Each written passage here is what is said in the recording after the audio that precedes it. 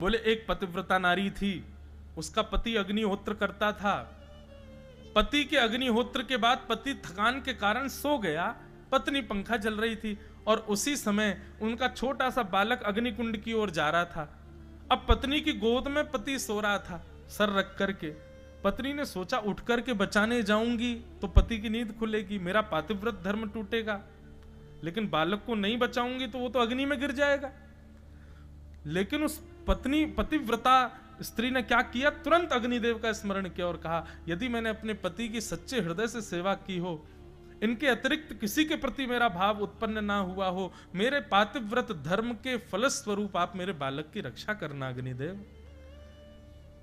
गोपियां बोली फिर क्या हुआ? ठाकुर जी बोले फिर क्या, बालक अग्निकुंड में गिरा। थोड़ी देर बाद जब पति की नींद खुली तो दोनों दौड़ करके गए, अग्निकुंड में देखा तो जो जलते हुए अंगार थे वो पुष्प बन गए और उनके बीच में बालक खेल रहा था। ये पतिव्रता नारी का धर्म है। एक कथा और सुनाए पतिव्रता नारी की, बहुत अच्छी और बड़ी अनसुनी कथा है। रावण जब पूरे विश्व पे दिग्विजय प्राप्त कर चुका था, देवताओं को भी हरा दिया रावण ने अपने बल के आगे। तो एक दिन रावण अपनी सभा में बैठा अपने जंघा को थापते हुए कह रहा था, मुझे लगता है पूरे त्रिलोक में 14 भुवन में मुझसे ज्यादा बलशाली कोई नहीं है, मैंने सबको जीत लिया।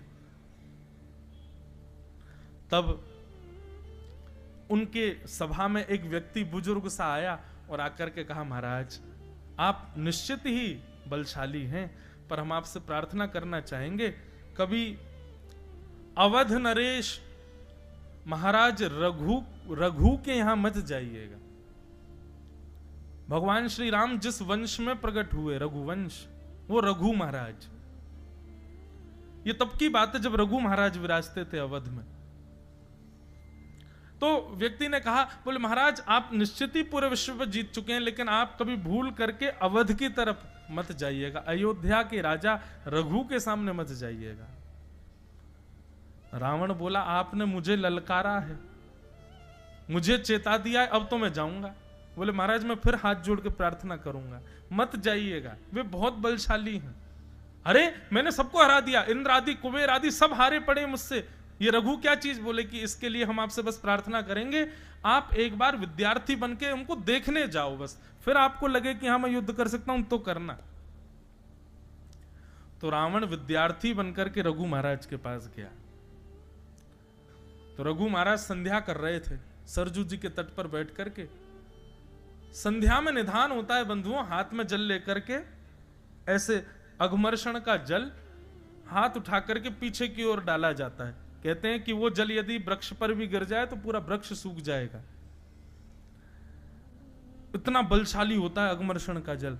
तो महाराज रघु जब अघमर्षण का जल सिद्ध कर रहे थे, उसी समय उनके चिंतन में आया कि दक्षिण भारत के किसी ब्राह्मण के यहां एक गौ माता बंधी हुई है और उस गौ माता पर एक शेर आक्रमण कर रहा है और वो ब्राह्मण त्राही माम करके रक्षमाम करके चिल्ला रहा है, कोई रक्षा करो, कोई रक्षा करो।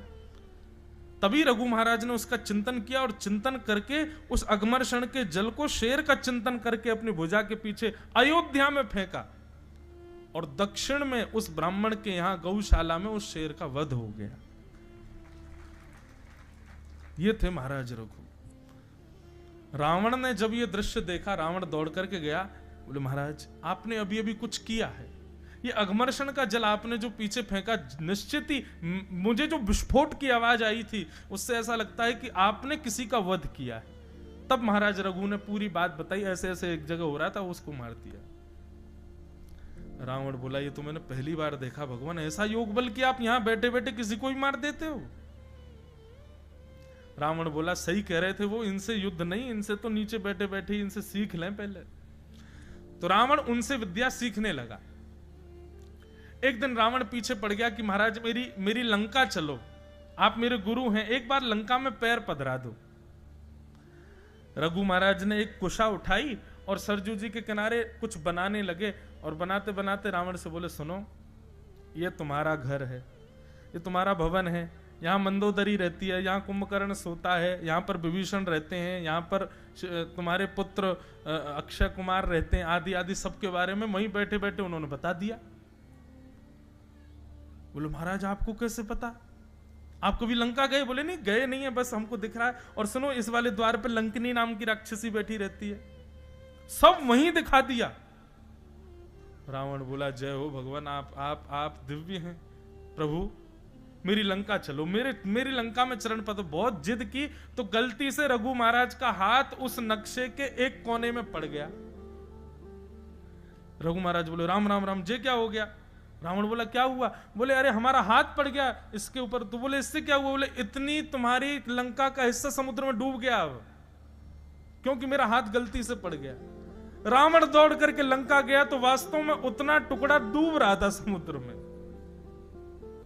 रावण बोला कि भाई ये रघु तो साधारण नहीं है, युद्ध करना तो दूर की बात है, ये तो कहीं पे भी कुछ भी कर सकते हैं, मुझे भी मार सकते हैं। तब रावण ने पूछा कि रघु महाराज की बल का कारण क्या है?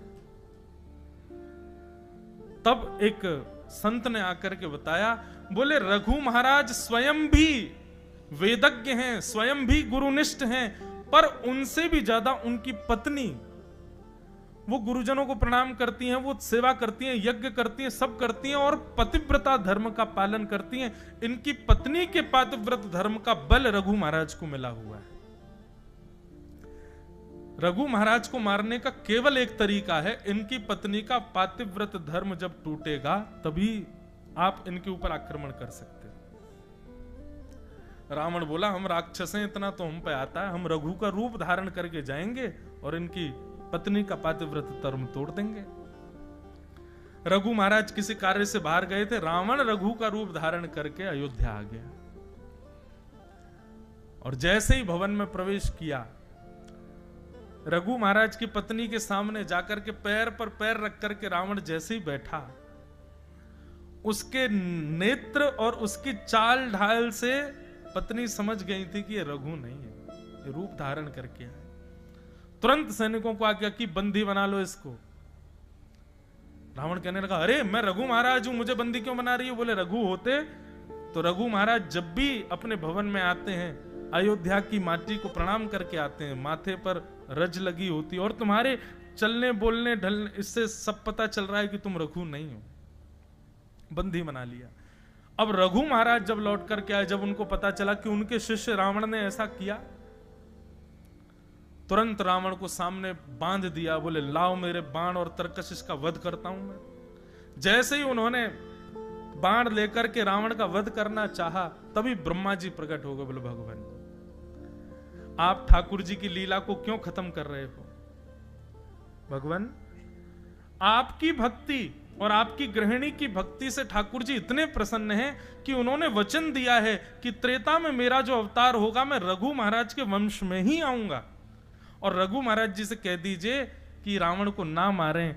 जिस बाण को इन्होंने धनुष पर ताना है, इस बाण को ब्रह्मा जी रख लें अपने पास। जब रावण का वध होगा तब इसी बाण से मैं रावण को मारूंगा। फिर आगे लंबी कथा है। राम जी जब रावण को मारने के लिए गए, खूब बाण मारे, नहीं मरा। तब विभीषण जी ने बताया, बोले महाराज ऐसे ऐसे बात है, रघु महाराज जिसको मारने वाले थे वो बाण ब्रह्मा जी को रघु महाराज ने दे दिया था। फिर रावण ने तपस्या की और तपस्या करके ब्रह्मा जी को प्रकट किया। ब्रह्मा जी प्रसन्न होकर के बोले, वर मांगो, क्या चाहिए? बोले, रघु महाराज ने जो बाण आपको दिया है वो मुझको दे दो, उसमें मेरे प्राण हैं। ब्रह्मा जी बोले, यार ये तो तुमने फंसा दिया हमको। और ब्रह्मा जी को ना चाहते हुए वो बाण रावण को देना पड़ा। रावण ने वो बाण अपनी किसी प्रिय स्थान पर छिपा रखा, ये किसी को नहीं पता कि वो कहां है। राम जी ने तुरंत हनुमान जी को बुलाया, बोले बाण ढूंढ के लाओ, पूरी लंका में ही कहीं है। हनुमान जी बोले, भगवान मुझे ऐसा लगता है कि कितना भी बड़ा क्रूर व्यक्ति क्यों ना हो, अपनी मूल से मूल्यवान वस्तु अपनी पत्नी को देता है। मुझे ऐसा लगता है मंदोदरी के पास बाण होगा। राम जी बोले, युक्ति लगाओ, लेके आओ। सोई महाराज हनुमान जी नन्हे से बौने ब्राह्मण बने। और त्रिपुंड आदि लगा करके और महाराज हाथ में वेद लेकर के सीधे मंदोदरी के पास पहुंचे। मंदोदरी के पास पहुंच करके ब्राह्मण देवता आशीर्वाद देने लगे, सौभाग्यवती भव, सौभाग्यवती भव। मंदोदरी कहने लगी, काय बात का सौभाग्य? मेरे पति को इतने बाण मारे जा रहे हैं और आप कह रहे हैं सौभाग्यवती भव। अब मैं विधवा होने वाली हूं और आप कह रहे सौभाग्यवती भव। हनुमान जी बोले, अरे देवी तुम भूल गई क्या? रावण के प्राण तो एक बाण में रहते हैं और वो बाण तो रावण ने कहीं छुपा रखा है। जब तक वो नहीं मिलेगा राम जी को तब तक कैसे मरेगा रावण? तुम क्यों डरती हो? मंदोदरी को याद आया। मंदोदरी हंस करके बोले, अरे हाँ हाँ हाँ भगवान, अरे मैं तो भूल ही गई थी। वो बाण तो मेरे ही कक्ष के जो है खंबे में ही तो रखा है, मैं रोज उसकी पूजा करती हूं। और मंदोदरी जाकर के उस खंबे से लिपट गई। इतने में ही हनुमान जी ने अपना रूप धारण किया, एक मुष्टिक प्रहार की खंबा तोड़ के बाण निकाल के ले गए, जाके राम जी को दे दिया, लो मार दो भगवान। राम जी ने चढ़ा करके उसका वध कर दिया। ये दक्षिण की एक रामायण है, उसमें ये कथा वर्णित है।